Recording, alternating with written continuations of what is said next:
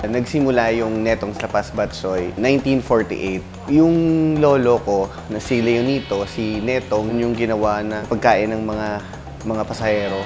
Hindi naman niya siguro inakala na magkiklik. Yung paglaki ng Netong, parang sumabay din sa paglaki ng Iloilo.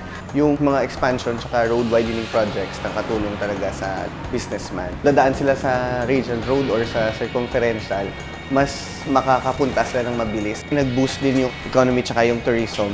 Ito yung the best time na magpalaki ka ng business kasi your city is also growing, which means maraming investors.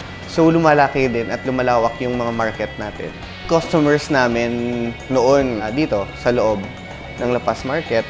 Then ngayon doon sa Ayala, dinadayo kami ng maraming turista. Nagpapasalamat kami kay Presidente Noynoy Aquino kasi binigyan ng importansya yung development ng Iloilo. Sana matutulungan pa kami ng maraming projects pa.